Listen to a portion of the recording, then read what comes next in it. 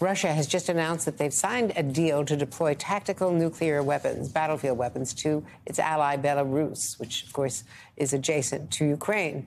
Belarus's president confirming the movement of weapons to his country has already begun. This is the first deployment of such nuclear weapons outside Russia since the fall of the Soviet Union that we know of in 1991.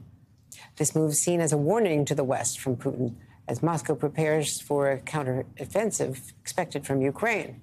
Joining us now is the State Department spokesperson, Matt Miller, his first interview in his new role. Welcome. Congratulations, Matt. It's great to see you. Yeah, great to be here. I can't think of a better place for a first interview. Well, thank you. It's really a privilege to see you in this role. What is your reaction, though, to this new announcement from Russia and Belarus about tactical nukes? Is this symbolic, showboating, posturing, more serious? I think what I'd say, it's another provocative and irresponsible action both by Russia and by the Lukashenko regime. I will say for our part, we see no reason to change our nuclear posture, nor any sign that Russia intends to use nuclear weapons. But we will continue to strengthen and reinforce our alliances with our NATO allies, even in the face of continued, as I said, really irresponsible and provocative actions, both by Russia and in this instance by Belarus. Now, the Kremlin is also reporting today that in a phone call with Brazil's President Lula, Putin confirmed that Russia is, quote, open to a dialogue over Ukraine.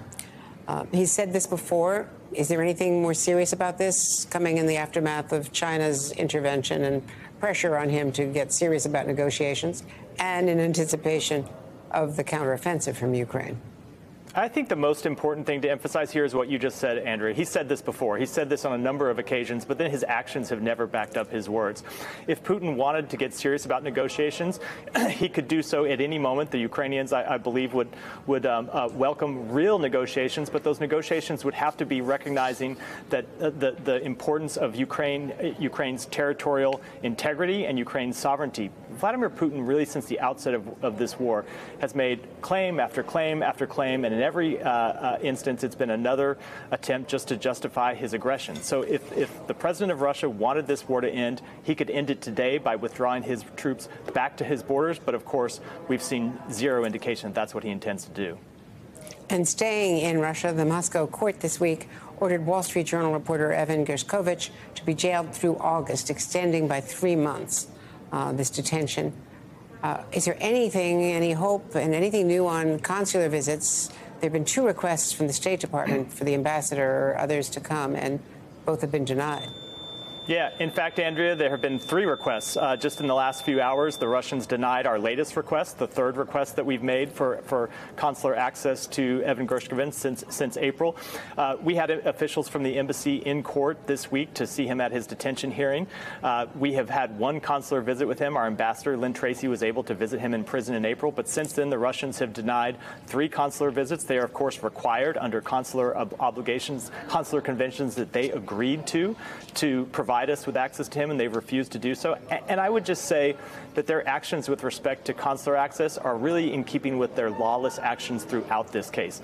The charges against Evan Gershkovich are trumped up, of course. He is not a spy. He is a journalist, and so we will continue to press for his release, as we will press for the release of another wrongfully detained American, Paul Whelan. And I would just say quickly and more broadly, there really is no higher priority for this administration than the return of wrongfully detained Americans. It's something the Secretary Blinken works on, spends a lot of his time working on. It's something that's a priority for the president. Since the beginning of this administration, we have secured the release of more than 24 wrongfully detained Americans, and we will continue to make it a high priority, in this case in Russia, for Evan Gershkovich and Paul Whelan. And the other adversary, the superpower adversary, is China, of course. State Department, you yesterday warning American companies, as the NSA did and Microsoft initially did, to watch out for a new type of Chinese state-sponsored malware that has been trying to insert into computer systems, infrastructure, critical infrastructure, and warning the private sector to ramp up your defenses. How concerned are you about this? And are you concerned that this could disrupt any attempt to thaw the relationship?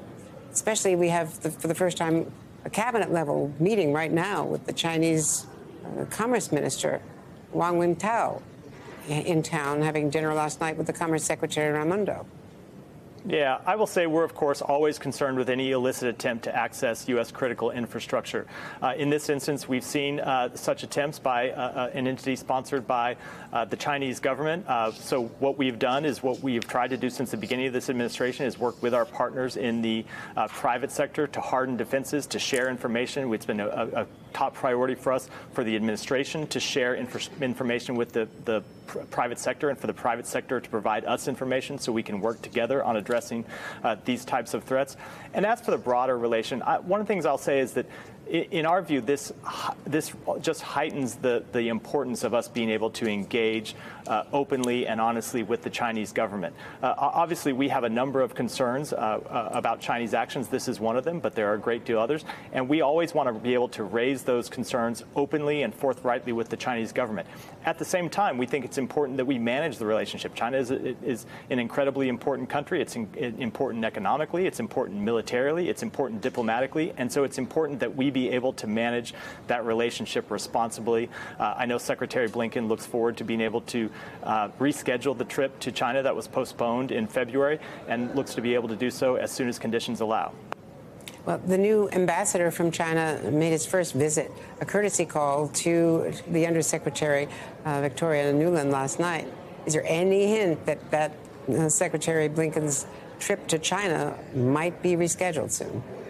Well, I don't have any announcements to make here on your show today, but that visit was important. We did welcome the Chinese ambassador, the new Chinese ambassador of the United States here yesterday. As I said, it's important that we have these type of diplomatic talks and that we have them really at all levels of our government so we can responsibly manage the relationship. And the Secretary is looking forward to being able to reschedule that trip as soon as conditions allow. Well, I'm going to put a pin in that. Matt Miller, welcome again, and thanks so much for kicking it off with us. We appreciate it. Thank you, Andrea.